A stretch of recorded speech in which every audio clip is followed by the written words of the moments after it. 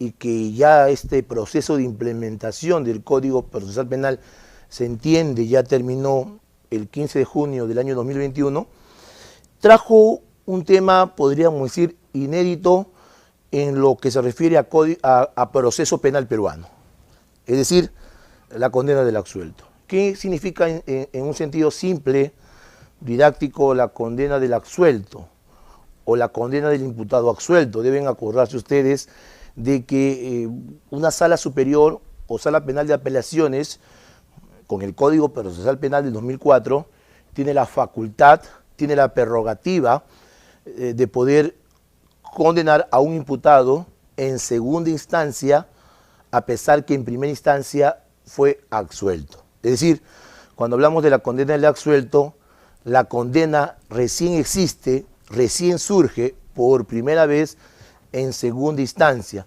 al resolverse el recurso de apelación que fue interpuesto, por lo menos por el fiscal, contra una sentencia absolutoria que fue dictada en primera instancia.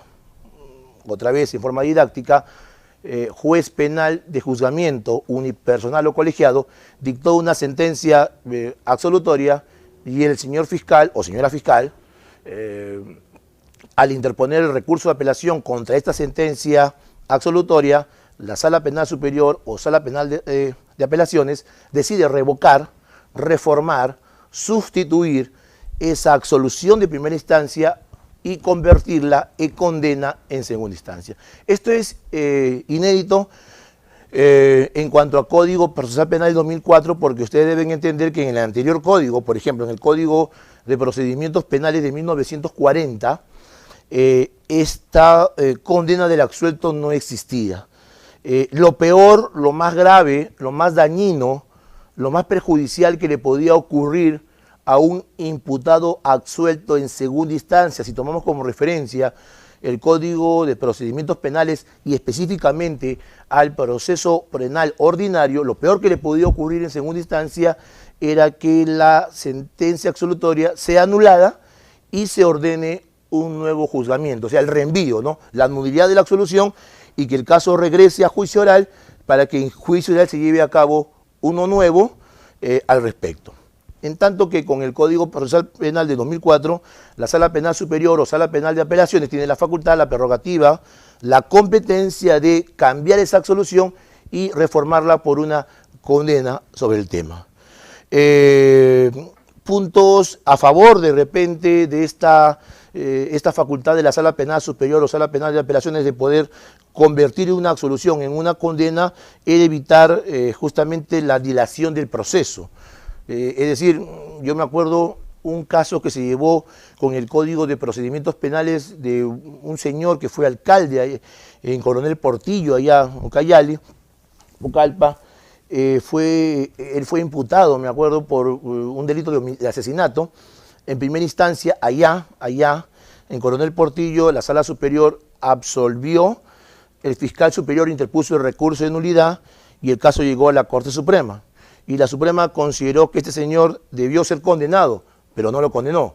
¿Qué hizo? Anuló la absolución y regresó nuevamente a juicio oral. Hubo una desconfianza por el sistema allá y el caso fue transferido, hubo transferencia de la competencia y se delegó la facultad de juicio oral a una Sala Penal Superior de Lima. Bueno, la nueva Sala Penal Superior de Lima llevó a cabo el nuevo juicio oral y en el nuevo juicio oral absolvió nuevamente a este imputado. El fiscal superior otra vez interpuso recurso de nulidad, llegó a la Sala Penal Suprema, la Suprema consideró otra vez que este señor debió ser condenado, pero no lo condenó. Otra vez anuló la segunda absolución y ordenó un tercer nuevo juicio oral. Hubo otro tercer juicio oral y al final otra Sala Penal Superior de Lima absolvió por tercera vez. Absolvieron en Pucallpa, nulidad de la Suprema, regresa a Sala Penal Superior, pero ahora en Lima. La nueva Sala Penal Superior nuevamente absolvió. Interpusieron recurso de nulidad, llegó a la Suprema. La Suprema dijo, no debió ser absuelto, debió ser condenado, pero no lo podía condenar.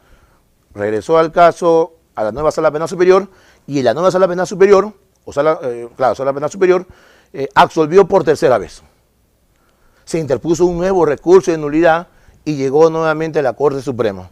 Y en una contienda de votación de 4-3, al final dijo no haber nulidad, lo que sería como confirmar la absolución. Pero todo esto conllevó una dilación. Entonces, si podríamos decir cuál era la virtud o en qué se sostenía esta posibilidad que con el Código Procesal Penal de 2004, un absuelto podría ser condenado en segunda instancia, era evitar justamente la dilación indebida, la afectación al plazo razonable sobre este punto, ¿no? Porque claro, uno de los temas que ha tratado de resaltar el Código Procesal Penal del 2004 es el respeto a los plazos. Acuérdense que dentro de la investigación preparatoria, llámese diligencias preliminares en una investigación preparatoria formalizada, existen audiencias de control del plazo, ¿no? A fin de garantizar el plazo razonable, evitar las dilaciones indebidas, el derecho a un proceso penal en el que se respete, ¿no? Evitar el mal gasto del plazo, del tiempo. Entonces, este era uno de los fundamentos por el cual se decía, un momentito, ¿por qué la sala va a anular? Mejor, ¿por qué no enfrenta el fondo y revoca la absolución y lo convierte en condena? Ese es uno de los fundamentos. Yo resumo este tema de la siguiente manera, didácticamente, por el tiempo asignado. En un momento determinado se discutió si una sentencia absolutoria de primera instancia dictada por el juez penal de juzgamiento unipersonal o colegiado podía ser cuestionado por el fiscal a través de un recurso de apelación. Primer dilema.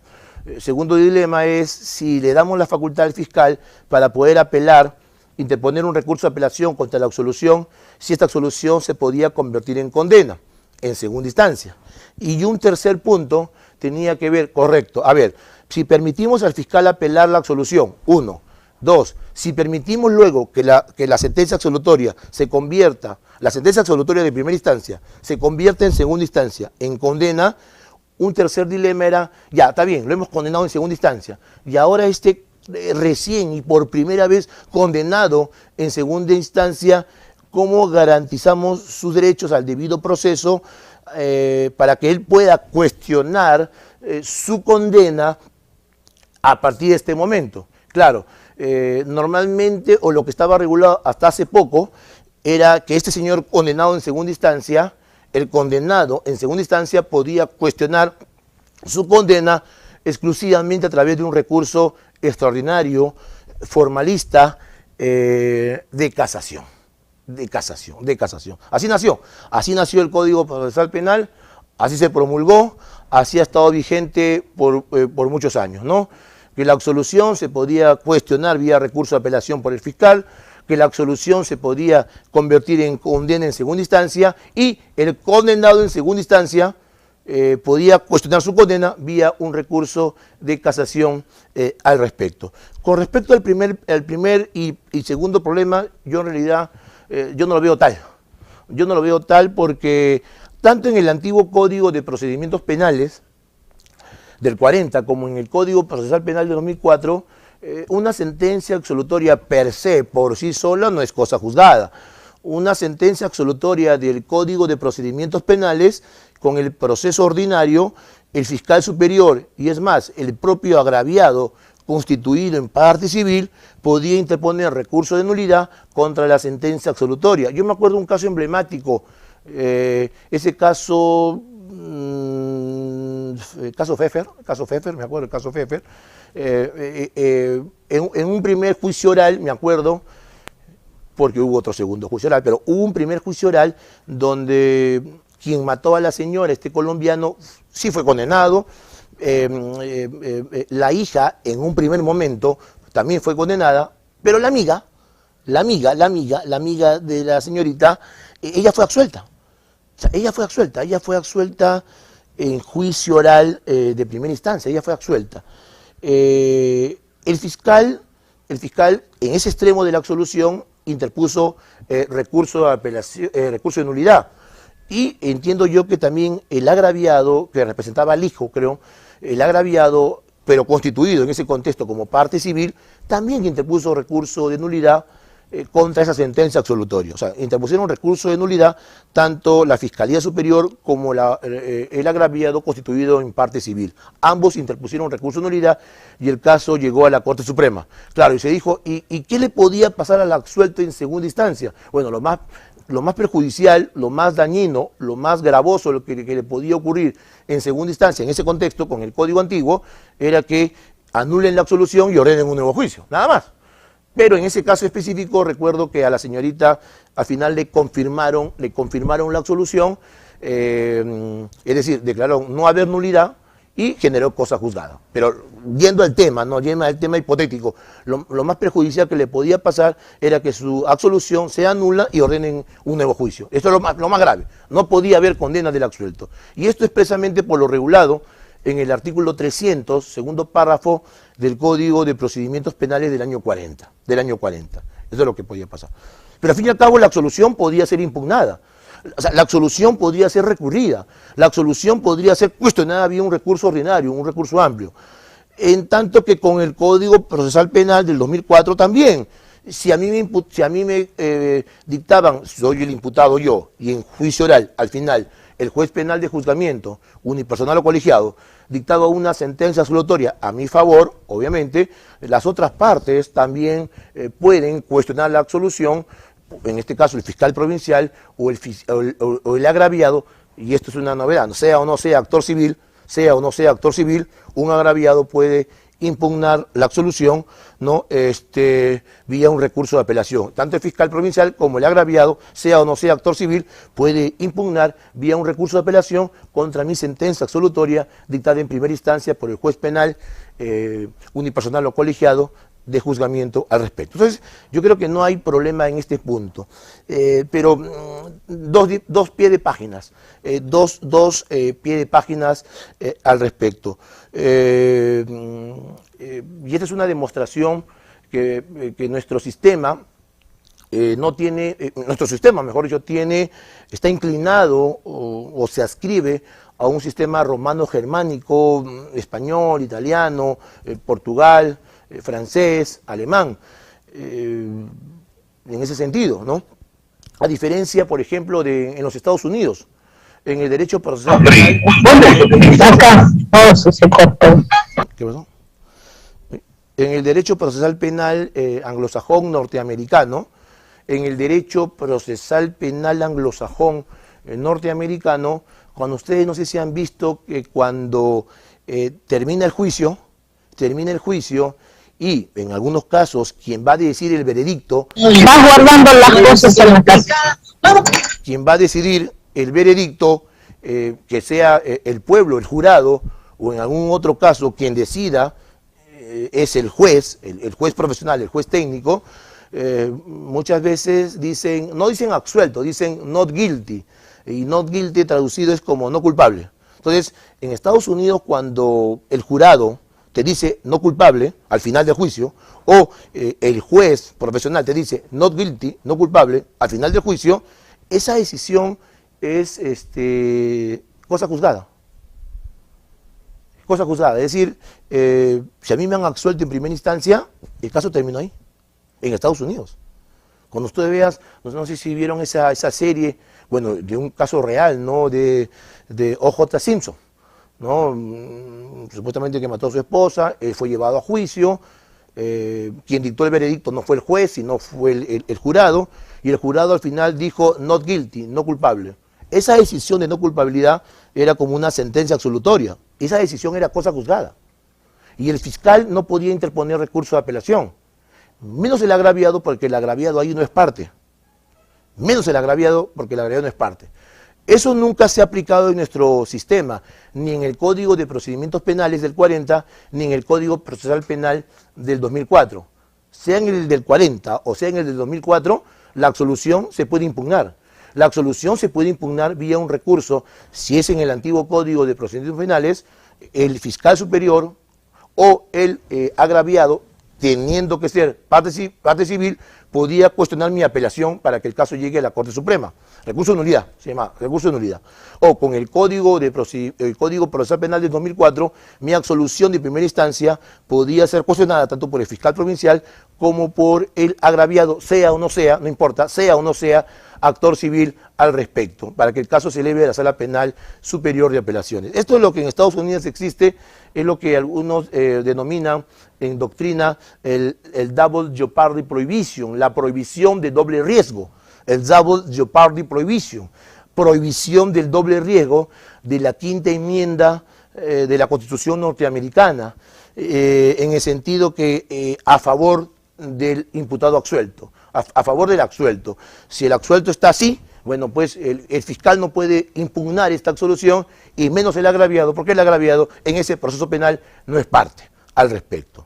Entonces, tanto en el antiguo código como en el Código Procesal Penal de 2004, la absolución se podía impugnar. La novedad era de que la absolución, ahora con el Código Procesal Penal de 2004, la absolución de primera instancia del juez penal de juzgamiento unipersonal o colegiado, en segunda instancia se puede convertir, revocándola obviamente, transformándola, se puede convertir en una sentencia condenatoria. Ahí está la novedad, porque en el antiguo código no se podía convertir una absolución en una condena en segunda instancia, se podía anular, pero no se podía condenar.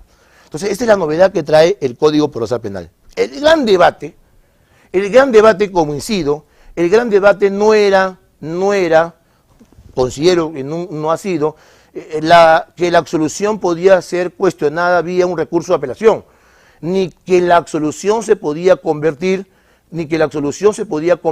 en una condena en segunda instancia, porque en principio la Sala Penal Superior o Sala Penal de Apelaciones tiene la facultad, tiene la competencia. Artículo 419, originario.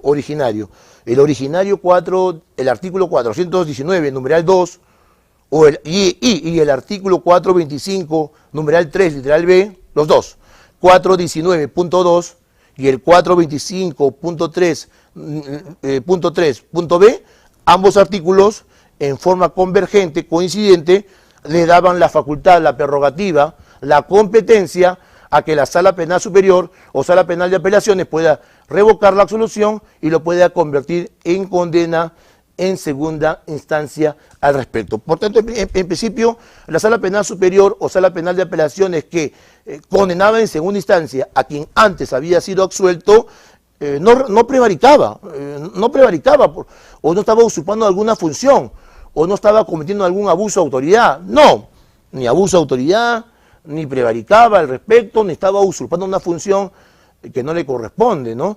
No, porque estos artículos habilitaban, permitían que Sala Penal Superior pueda revocar justamente la absolución de primera instancia y pueda condenar en segunda instancia. Ahí estaba. El gran problema venía a continuación, o el gran dilema, el gran debate era lo que venía a continuación. Oiga, ya, está bien, no hay problema que mi absolución sea apelada, no hay problema que mi absolución se pueda cambiar por una condena en segunda instancia. Pero ahora yo digo, si me quieres condenar en segunda instancia, de acuerdo al originario Código de Procesal Penal de 2004, lo que me estabas otorgando exclusivamente o solamente era que mi condena en segunda instancia, mi primera condena, mi debut condenatorio, no en primera, sino en segunda instancia, era que mi condena podía ser solo exclusivamente cuestionado vía un recurso no ordinario, sino un recurso extraordinario de casación penal al respecto. Ahí venía el dilema, Y se decía lo siguiente, oiga, mira, si a mí me condenaban en primera instancia, me imaginemos que un juez penal de juzgamiento unipersonal o colegiado me condenaba en primera instancia, yo tenía la posibilidad, como condenado en primera instancia, de cuestionar mi condena vía un recurso de apelación, que es un recurso ordinario, que es un recurso integral, que es un recurso amplio, que es un recurso que me permite cuestionar diversos aspectos de la condena, por ejemplo.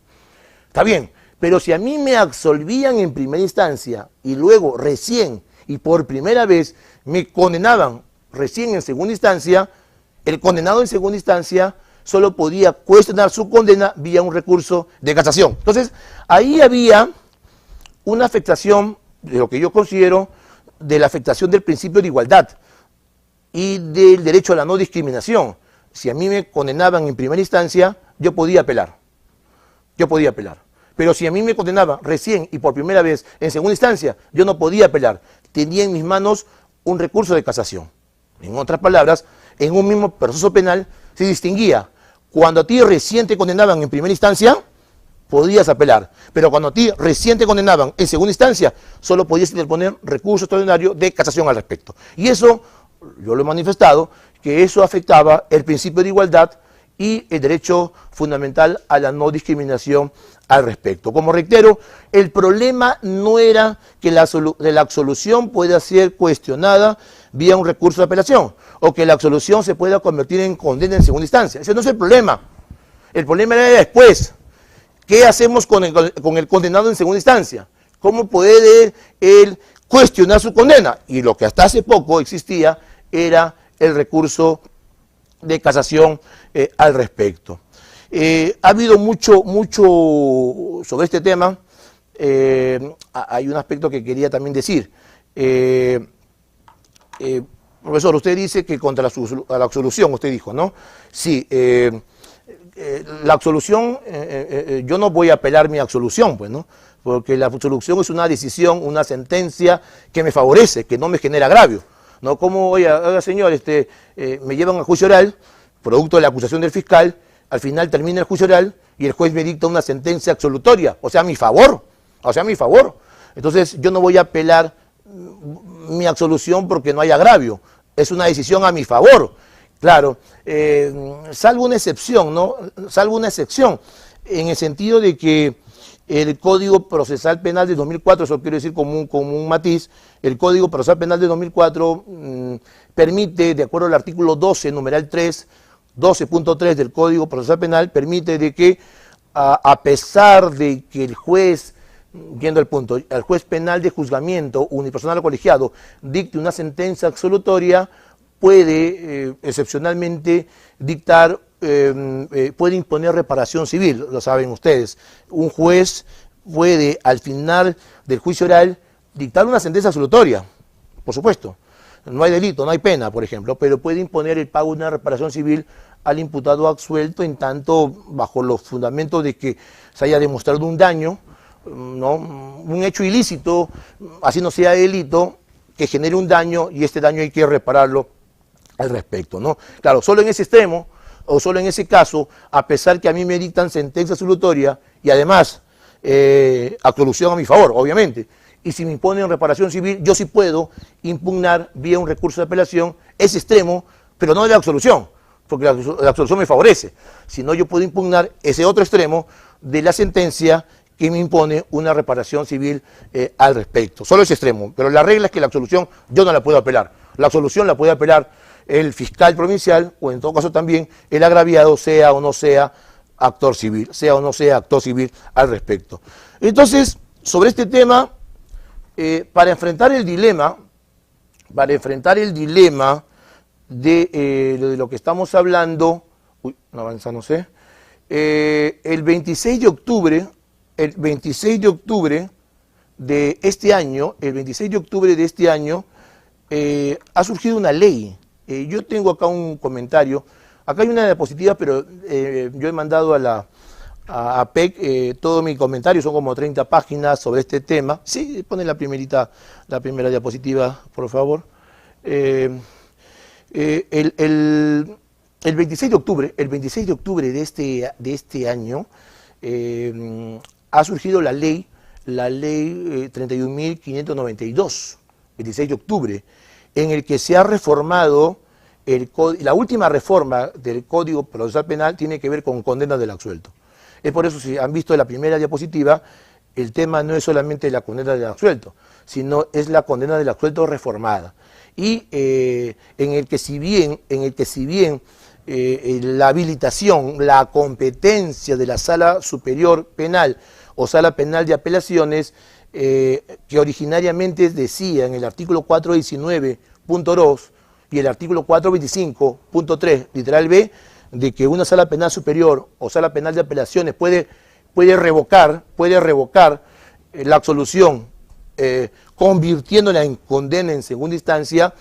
La novedad, ojo, la novedad no es que la absolución se puede apelar, La novedad no es que la absolución se puede convertir en condena. Eso no es la novedad, eso se mantiene. La novedad es qué hacemos con el condenado en segunda instancia a quien lo han, al condenado en segunda instancia. ¿Cómo a la fecha va a poder cuestionar su condena? ¿Vía un recurso extraordinario de casación o vía un recurso ordinario, amplio, integral, como este recurso de apelación? Bueno, lo que antes les dije al inicio, de que el originario Código Procesal Penal, hasta antes de esta reforma, era que el condenado en segunda instancia podía cuestionar su condena vía un recurso extraordinario de casación. Ahora ya no. Con esta ley 31.592 del 26 de octubre del año 2022, esto es lo último, de modificatoria con el Código Procesal Penal del 2004. Y ahora con el condenado en segunda instancia puede impugnar su condena a través de un recurso de apelación. Es un recurso de apelación. Y ese recurso de apelación se va a elevar a la Sala Penal de la Corte Suprema. Esto quiere decir que va a haber dos tipos de recursos de apelación. Esto quiere decir que en condena del absuelto podría aparecer dos recursos de apelación. ¿Me puede decir cuál es uno y cuál es el otro? Sí. El juez penal de juzgamiento unipersonal o colegiado me absuelve. Me dictó la absolución. Como regla, la absolución que me han dictado, yo no voy a apelarlo, salvo el caso que estoy diciendo, salvo el caso extremo que me absuelvan y me impongan reparación civil, salvo ese caso. Pero la regla es que no. Entonces, me absuelven, a ver, señor, el fiscal provincial, interpongo recurso de apelación, correcto. Señor agraviado, sea o no sea actor civil, interpongo recurso de apelación, correcto. Ese es el primer recurso de apelación. La apelación contra la absolución. El caso se eleva a la Sala Penal Superior, Sala Penal de Apelaciones, y la Sala Penal de Apelaciones, facultad que siempre lo ha tenido, y a pesar de la reforma, esto no ha cambiado, la Sala Penal Superior o Sala Penal de Apelaciones puede revocar la absolución en segunda instancia y puede convertirlo en condena. La novedad es la siguiente: ya, me han condenado a mí en segunda instancia, recién y por primera vez. Ahora, mi condena, que recién nace, que recién existe, estoy debutando condenatoriamente, no en primera, sino en segunda instancia, mi primera condena en Sala Penal Superior la puedo cuestionar ahora con otro recurso que se llama también apelación. Entonces, en este caso surgen dos apelaciones: la apelación contra la absolución y la apelación contra la condena que existe recién y por primera vez en segunda instancia. Dos recursos de apelaciones. Apelación que se va a elevar, en este caso, a la Sala Penal de la Corte Suprema, la de los 5 magistrados. Es decir, cuando se condene en segunda instancia, este condenado ya no va, a la fecha, al día de hoy, ya no va a cuestionar su condena vía un recurso de casación, sino vía un recurso de apelación, a partir de esta reforma que existe desde el 26 de octubre de este año, la ley 31.592 al respecto. Y por si acaso, han sido modificados 3 artículos: el artículo 419, 423 y 425, repito, 419, 423 y 425, 419, 423 y 425 del Código Procesal Penal al respecto. Yo tengo acá la diapositiva, pero el comentario total, integral sobre mi posición al respecto está ahí en el material que ha dicho hace poco el doctor Peña, para que pueda ser compartido con los colegas que están presentes y con los colegas que están también virtualmente al respecto. Entonces, ¿por qué? Porque ¿cuál era la discusión? ¿Cuál era la discusión que existía? Y ojo, sin perjuicio de que sobre el Código Procesal Penal de 2004 han existido, y seguro existen, muchas polémicas con respecto a prisión preventiva, seguramente colaboración eficaz, terminación anticipada, seguramente ese gran dilema que existió por algunos meses, ¿no? Si se podía perseguir, en ese caso investigar penalmente al presidente de la República durante ejerció su mandato, ¿no? Ese tema que también ha estado ahí, ¿no? Pero del que yo considero, modestia aparte, considero que el tema más polémico que ha existido es el tema de la condena del absuelto, porque sobre la condena del absuelto, donde recién ha surgido la reforma, ha habido muchos pronunciamientos a nivel de Corte Suprema.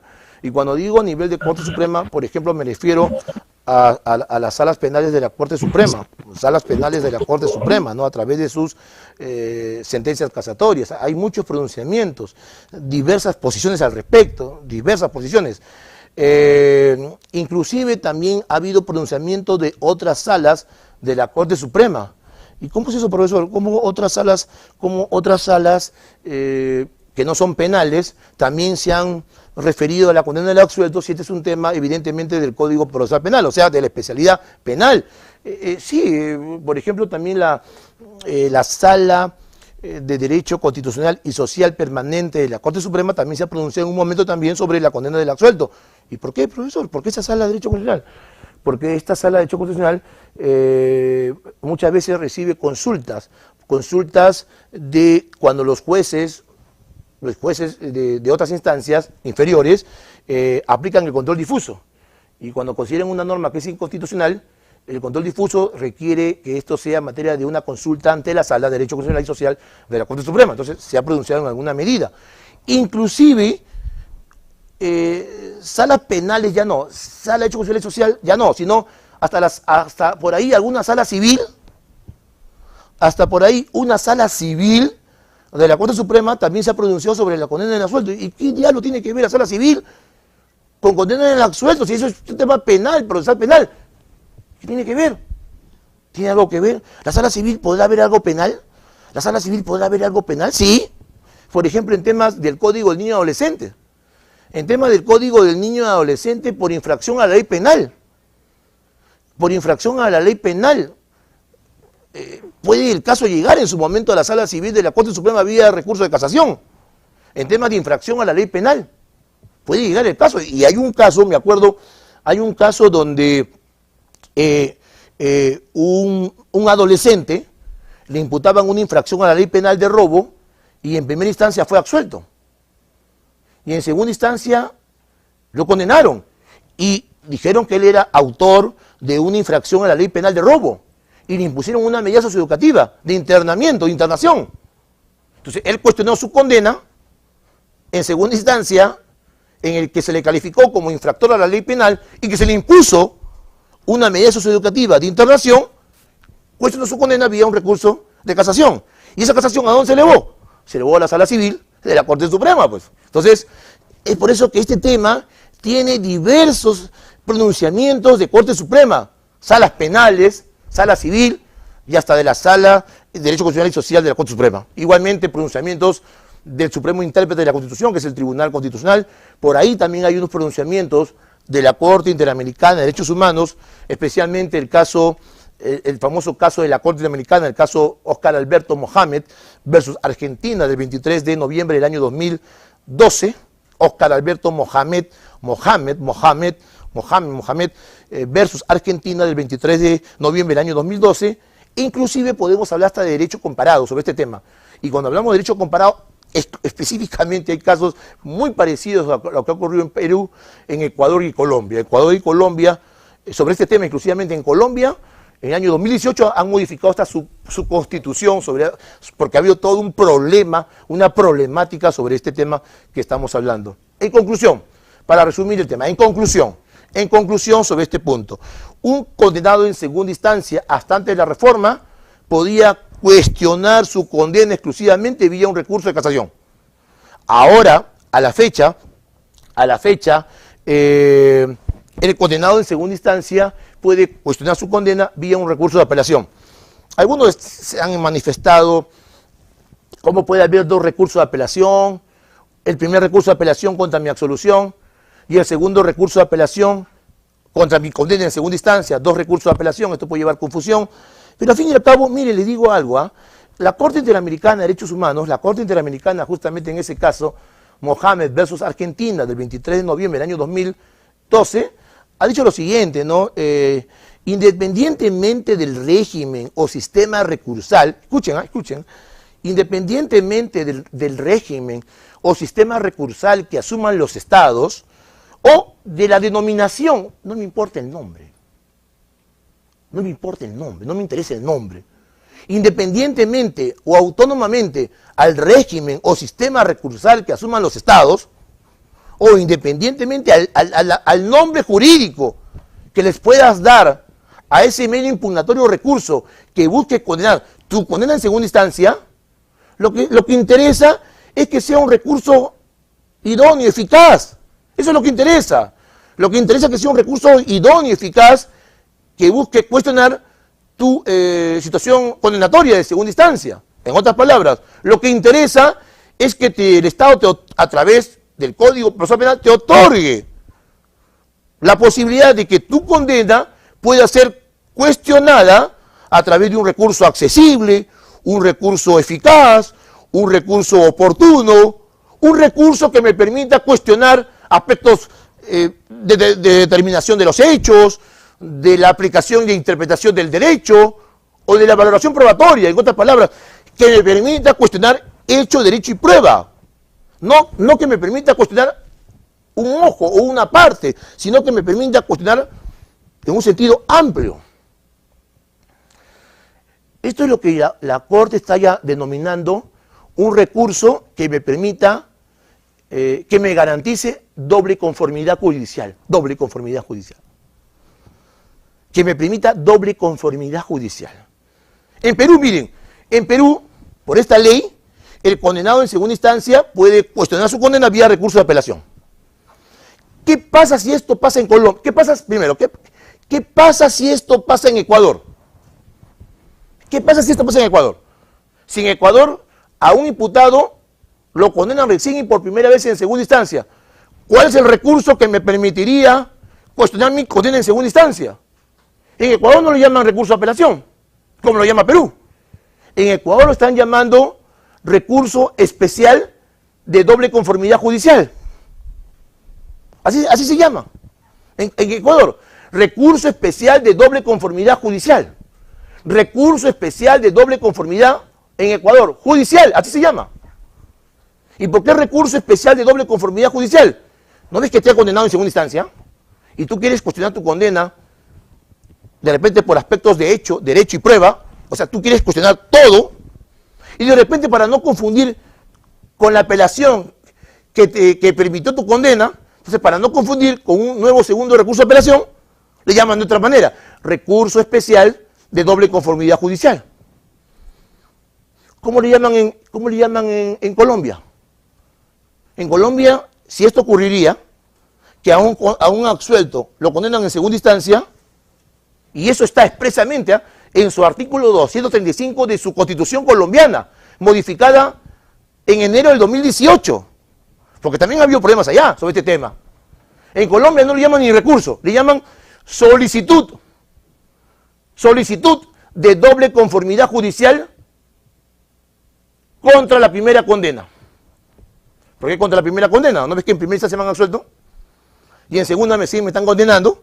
Entonces, esa primera condena que surge en segunda instancia, yo la puedo cuestionar en Colombia con un recurso o medio impugnatorio que se llama solicitud de doble conformidad judicial contra la primera condena.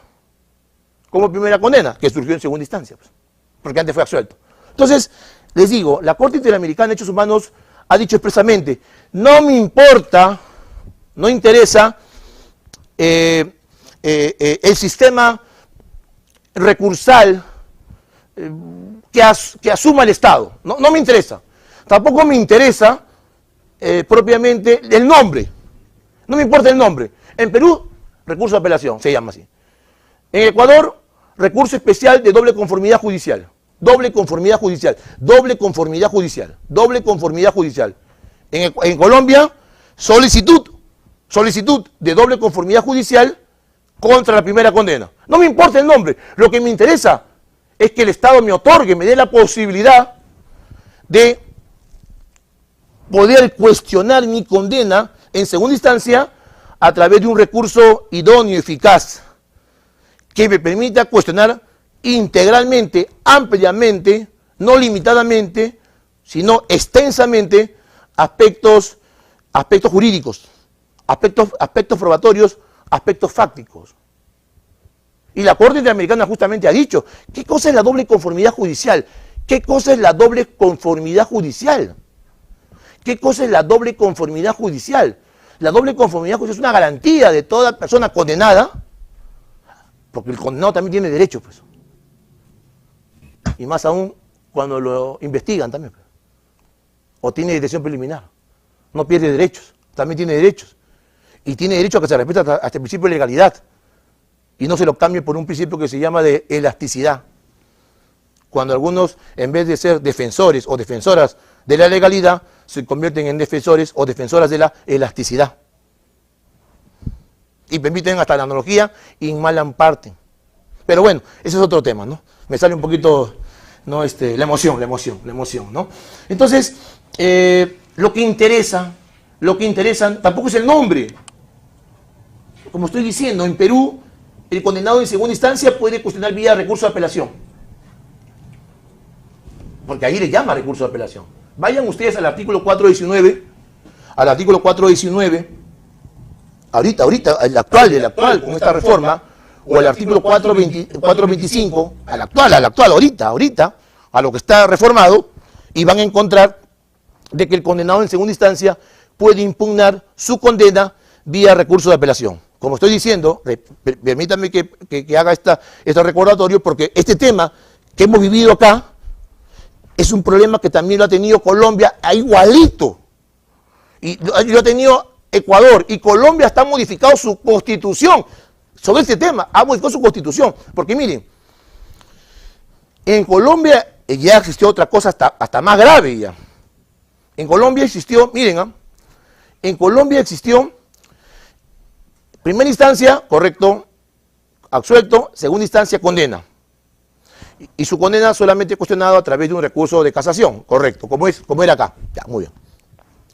Ahora, a través de una apelación en Perú y en Colombia a través de una solicitud de doble conformidad judicial contra la primera condena, así se llama. Pero en Colombia, ¿qué ocurrió? En Colombia no solamente ocurrió condenas del absuelto, en el que la condena solamente era cuestionada vía un recurso de casación. ¿Sabe qué ocurrió en Colombia? Algo que no ocurrió en Perú.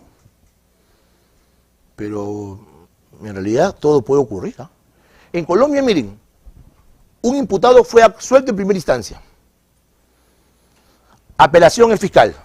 Va a la sala superior o de apelaciones y la sala superior de apelaciones confirmaba la absolución. Confirmaba la absolución. Absuelto, ¿ok? Absuelto en primera, confirmado absolución en segunda. El fiscal superior, casación para llegar a la Suprema.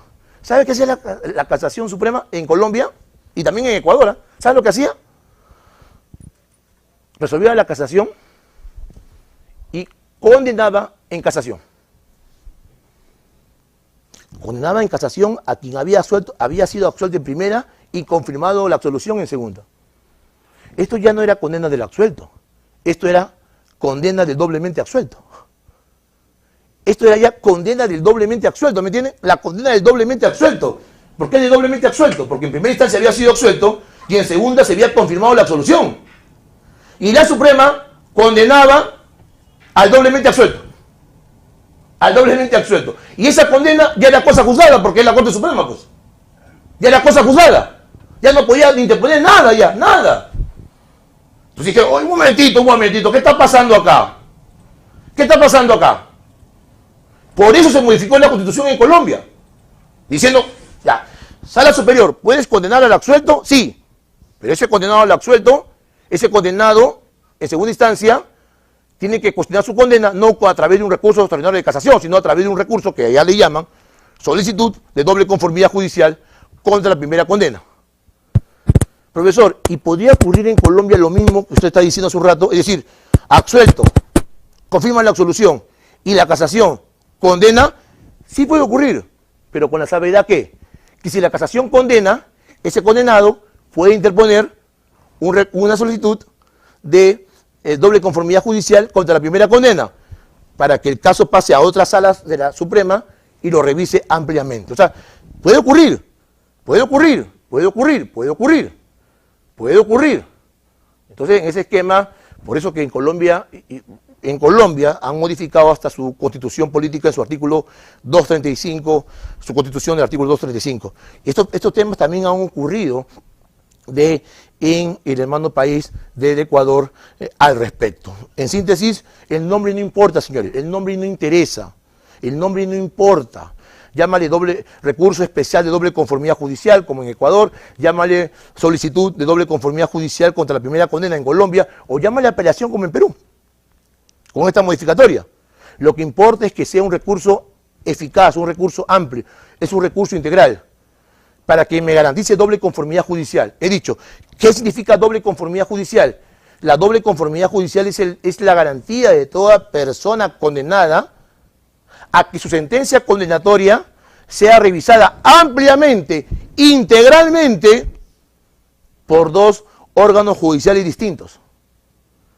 Por dos órganos judiciales distintos. Ese es el tema. La doble conformidad judicial, repito, la doble conformidad judicial es la garantía de toda persona condenada a que su sentencia condenatoria sea revisada ampliamente, integralmente, hecho, derecho y prueba, por dos órganos judiciales distintos. Dos órganos judiciales distintos, diferentes. Y si es mejor, que sea superior. Acuérdense que el artículo 8.2.h de la Convención Americana de Derechos Humanos, 8.2.h de la Convención dice que es derecho de toda persona a recurrir el fallo ante un juez o tribunal superior. O sea, no solamente distinto o diferente, sino superior. Es derecho de toda persona a recurrir el fallo ante un juez o tribunal superior. Superior. O lo que dice el artículo 14.5 del Pacto Internacional de Derechos Civiles y Políticos, de que toda persona declarada culpable, tiene derecho a que el fallo condenatorio y la pena que se le ha impuesto sea sometida a un juez o tribunal superior. Miren, ¿por qué la doble conformidad judicial? ¿Por qué la doble conformidad judicial?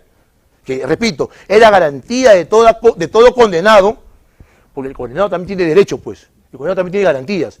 Toda persona condenada tiene derecho a que su sentencia condenatoria sea revisada ampliamente por dos órganos judiciales.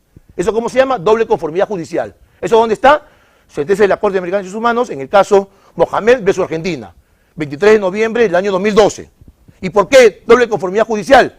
Porque miren, se entiende que va a haber un órgano judicial superior y uno inferior, ¿no? Hay un superior y un inferior. Se entiende que el superior puede corregir los errores del inferior. ¿Es cierto o no es cierto? ¿Por qué se apela? Porque se entiende que hay un superior y un inferior.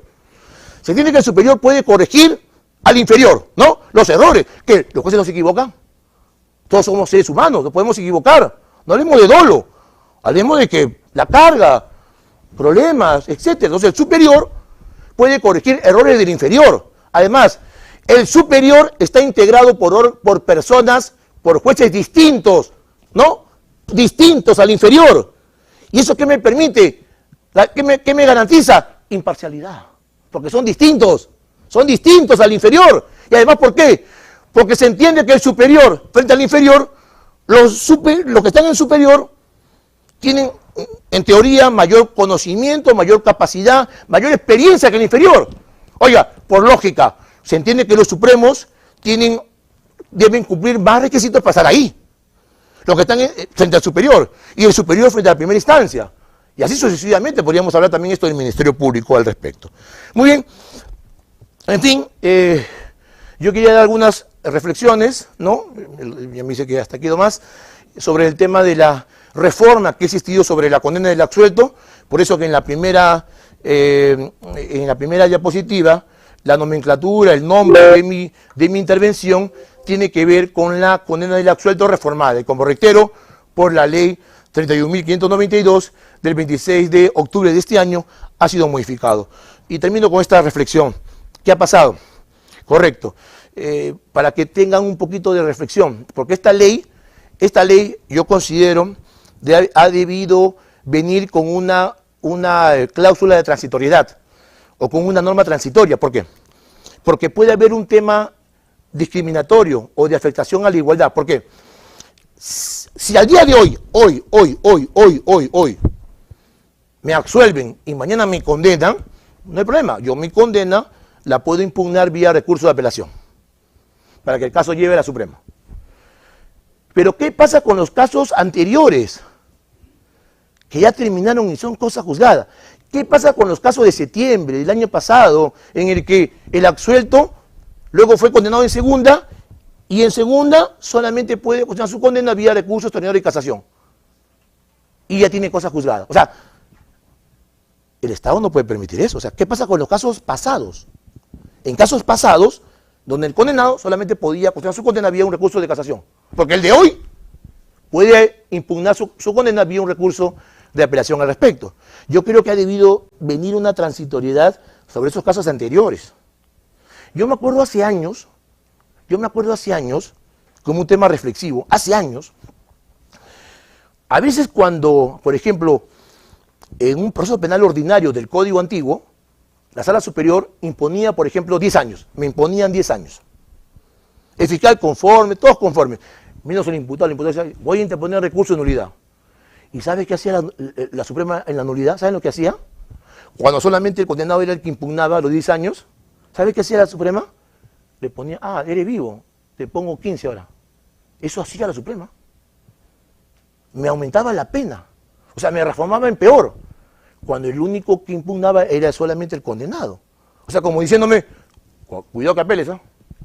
Si apelas y nos da más carga procesal, te aumenta. Y aumentaban las penas.